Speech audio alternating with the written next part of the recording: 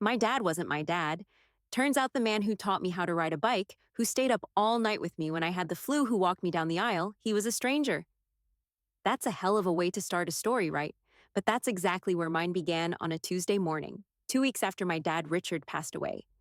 We were going through his things, my mom, my sister Sarah, and I. Just the usual stuff: old ties, faded photos, a lifetime of meticulously organized clutter. Richard was a creature of habit, a man who believed in a place for everything and everything in its place. So when Sarah pulled out a shoebox from the back of his sock drawer, a drawer I'd raided countless times for spare change as a kid, and it wasn't labeled, a tiny alarm bell went off in my head. Inside, nestled amongst yellowed newspaper clippings of his favorite baseball team winning the pennant in '86, was an envelope, thick cream colored and addressed to me in handwriting that wasn't his. My stomach did a little flip. Richard's handwriting was neat, almost clinical. This was loopy, elegant, like something from an old movie. I remember looking at my mom, her face pale, her eyes wide with a fear I couldn't quite place. She just nodded a silent command to open it. The letter inside was thin, almost translucent, as if it had been handled a million times. It wasn't long, but every word hit me like a punch. It started simply enough. My dearest Eleanor, my name. If you are reading this, I am gone and the truth can no longer be contained. The truth? What truth? I scanned the first paragraph, then the second, my breath catching in my throat as I read the name David Miller.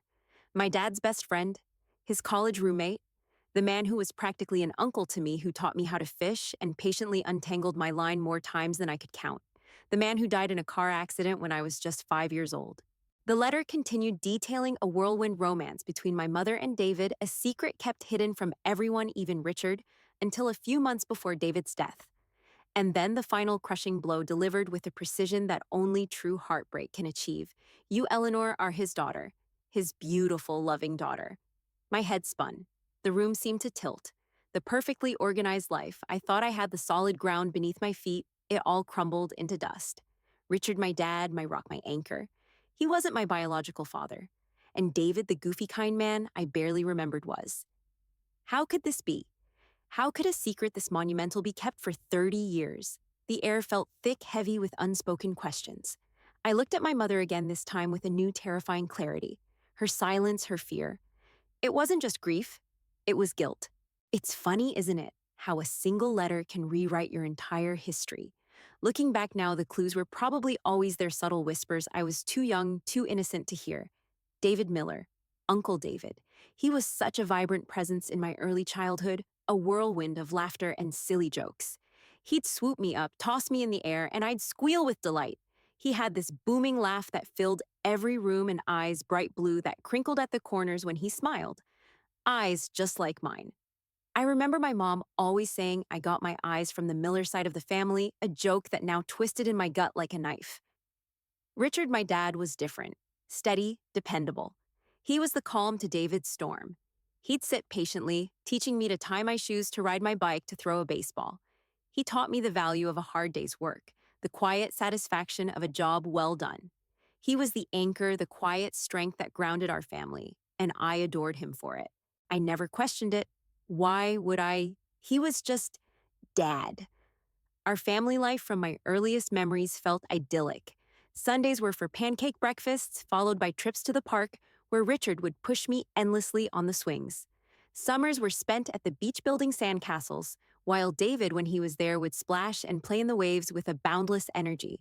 My mom, Maria, was the sun around whom we all revolved, warm, nurturing, always with a kind word and a comforting touch. She and Richard had this quiet understanding, a comfortable rhythm built on years of shared history. Or so I thought. I remember one particular summer day, I must have been 4 or so. David was over and we were all in the backyard. Richard was meticulously grilling burgers as always. David was on the lawn rolling around with me, making me giggle until my sides hurt. My mom was watching us, a soft smile on her face, but her gaze lingered on David just a fraction of a second longer than on Richard. I caught it then, even as a child, that flicker of something intense in her eyes. I remember thinking it was just the way she looked at people she loved. Now it was a searing spotlight on a hidden truth. Those early years, they felt so safe, so full of love. David's unexpected death hit us hard, especially my mom. I remember her crying for days, a raw, guttural grief that even a child could understand. Richard was her rock then, too, holding her, comforting her, picking up the pieces. He was the hero who stepped in, the loyal friend who comforted his best friend's grieving love and raised his child as his own. How could I have been so blind? This wasn't just a secret. It was an epic, multi-layered sacrifice. It made my chest ache, a strange mix of profound admiration and utter devastation. My whole life was a carefully constructed play, and I was the unwitting star. The initial shock of the letter quickly gave way to a cold, burning need for answers. My mother Maria was a ghost of her former self. The vibrant woman who had always been my unwavering source of comfort was now a trembling, tear-stained shell. The day after I read the letter, I confronted her. She just sat there slumped on the sofa, clutching a crumpled tissue, her eyes distant. "Mom," I started, my voice hoarse. "The letter? It says, David was my father." She flinched as if I'd struck her. "Eleanor, I can explain." Her voice was barely a whisper. And she did. She told me about David, her first love, a whirlwind college romance. How Richard was David's best friend, always there, always reliable. She confessed that she and David had broken up briefly before she started dating Richard, a sort of rebound. But then David came back full of regret, and they rekindled their affair secretly just before David's accident. My mother was pregnant, and David, she said, was thrilled. They were going to tell Richard, tell everyone, start a new life together. But then the crash. David was gone, and she was left with a choice: reveal the truth and shatter Richard's world and her own, or let him believe I was his. "He loved you so much, Eleanor." She sobbed. "He never hesitated. He said he'd always considered you his from the moment he knew I was pregnant. He didn't want to know the truth. He buried it. For us." The story was devastating, and in that moment, all I could feel was betrayal. Not just by my mother, but by Richard, too. How could he not tell me? How could he let me live a lie for 30 years? I felt like a character in a bad Lifetime movie. My entire identity built on a foundation of secrets. I needed proof, something tangible beyond a letter, and my mother's tearful confession. I started digging. It began subtly with old photo albums. I looked at baby pictures, searching for some resemblance to David, something I'd missed. Then I moved to old home videos. I watched footage of David, my mom, and Richard from when I was a toddler. I saw moments that now, with new eyes, screamed volumes. My mom's hand lingering on David's arm a little too long. The way David would look at me, a softness in his eyes that was different from how he looked at other kids. And Richard, always there, a quiet sentinel, often just outside the frame watching. I even searched for David's family, a distant aunt who lived across the country. I called her, pretending to be doing a family tree project. She talked about David, about his bright blue eyes and his passion for life. She mentioned his love for children, how he always wanted a big family. My heart ached with a longing for a connection I never knew I had. Then I found it. Tucked away in an old jewelry box of my mom's, a small silver locket. I'd seen it before, dismissed it as a sentimental trinket, but this time something compelled me to open it. Inside were two tiny faded photos, one of my mother young and radiant, and the other, a picture of David. And then delicately etched on the back of the locket, almost imperceptible, were three initials: DM. My mind reeled. It was his. This small, intimate piece of jewelry, a silent testament to a love affair that shaped my entire life. The evidence was undeniable. The truth, once a shocking revelation, was now a cold, hard fact staring me in the face. My world as I knew it had truly shattered. The locket in my hand felt heavy, a physical weight matching the one in my chest. David Miller's initials, a tangible link to a father I never knew, a life I never lived. The confrontation with my mother had left me hollow, but finding the locket ignited a fire, a desperate need to face Richard even in his absence. I felt cheated, robbed of a truth that was rightfully mine. "How could you, Richard?" I whispered to the empty room, to the ghost of the man who raised me. The anger, sharp and stinging, was overwhelming. It wasn't just about the identity of my biological father. It was about the years of carefully constructed silence, the elaborate charade. It was about feeling like a prop in someone else's drama. I spent the next few days in a haze, barely eating, barely sleeping. My sister Sarah noticed my distant behavior. "What's going on, Elle?" she asked, her brow furrowed with concern. I just shook my head, unable to articulate the seismic shift that had occurred in my universe. "How do you tell your sister that the man you both called Dad wasn't actually your father and her father was a silent conspirator in the biggest secret of your life? The climax for me wasn't a shouting match with my mom or a dramatic reveal. It was a quiet internal reckoning that reached its peak when I finally sat alone in Richard's study, the room where he'd helped me with countless homework assignments, where he'd patiently explained the quadratic equation where he'd always seemed so solid. I looked at his worn leather armchair, the books on his shelf, the framed photos of our family, my real family. Then my gaze fell on a framed photograph on his desk, a picture of David, Richard, and my mom, all young and smiling from their college days. David had his arm around my mom, and Richard stood slightly apart, a fond, almost wistful smile on his face. It was the same photo I'd seen 1,000 times, but now a new detail emerged. Richard's hand out of frame was just barely touching my mom's back. A subtle gesture, easily missed, but now it screamed volumes. It wasn't a photo of just friends. It was a photo of a complicated, painful love triangle. And then it hit me. Richard knew. He always knew. He didn't just let me be his daughter. He chose me. He chose to love me, to raise me to be my dad, knowing the truth.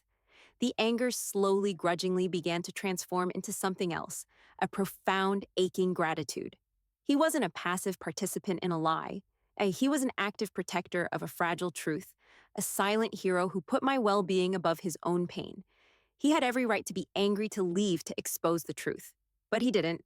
He stayed. He loved. The decision was clear. I couldn't undo the past. I couldn't change who my biological father was, but I could choose how I moved forward. I could choose to embrace the man who had loved me unconditionally for 30 years, the man who was in every meaningful way my dad. I picked up the letter again, the one from David. It was a piece of my history, yes. But the other letter, the unwritten one, the one of a lifetime of love and sacrifice from Richard, that was the one that truly mattered. The dust settled, but the emotional aftershocks lingered for months. My relationship with my mother was complicated. We talked, truly talked, for the first time in my life. She expressed her remorse, her fear, her enduring love for both David and Richard. It wasn't a sudden fix, but it was a start, a painful unraveling of a lifetime of unspoken truths. And my sister Sarah, when I finally told her, reacted with a mixture of shock and understanding. "He was our dad, Elle," she said, her voice thick with emotion. "No letter changes that." And she was right. For a long time, I walked around with this strange duality within me. Part of me was David Miller's daughter, with his bright blue eyes and perhaps a touch of his restless spirit. And part of me, the larger, more ingrained part, was undeniably Richard's. His quiet strength, his unwavering loyalty, his steadfast love. Those were the qualities he instilled in me, not through biology, but through an unbreakable bond of devotion. I think about Richard often now, seeing him through this new profound lens. I see the quiet sacrifices, the unspoken burdens he carried. I see the depth of his love, a love so immense it transcended even the most devastating betrayal. He didn't just play the part of a father, he was a father in every sense of the word that truly matters. He chose me every single day for 30 years. And that choice, that profound act of love, spoke louder than any biological truth. My journey of healing has been a slow one, a process of piecing together a new narrative for my life. It's been about accepting the complexities, the gray areas, the messy, beautiful reality of family. It's about understanding that love isn't always about blood, but about commitment, presence, and unwavering support. It's about recognizing that sometimes the greatest acts of love are the ones performed in silence, the ones that demand the most profound sacrifice. If there's one thing I've learned from this unexpected revelation, it's this: love isn't a neat linear path. It's a wild, winding road full of unexpected turns and hidden truths. But the love that endures, the love that chooses you, that's the real legacy. So for anyone out there grappling with secrets, with hidden histories, with the messy reality of family, remember this: the truth can be painful, but it can also set you free. And sometimes, the most profound love stories are not the ones you read in books, but the ones quietly lived out day after day in the most unexpected ways. What's a secret that fundamentally changed the way you viewed a loved one, and how did you navigate that shift? Share your thoughts in the comments below.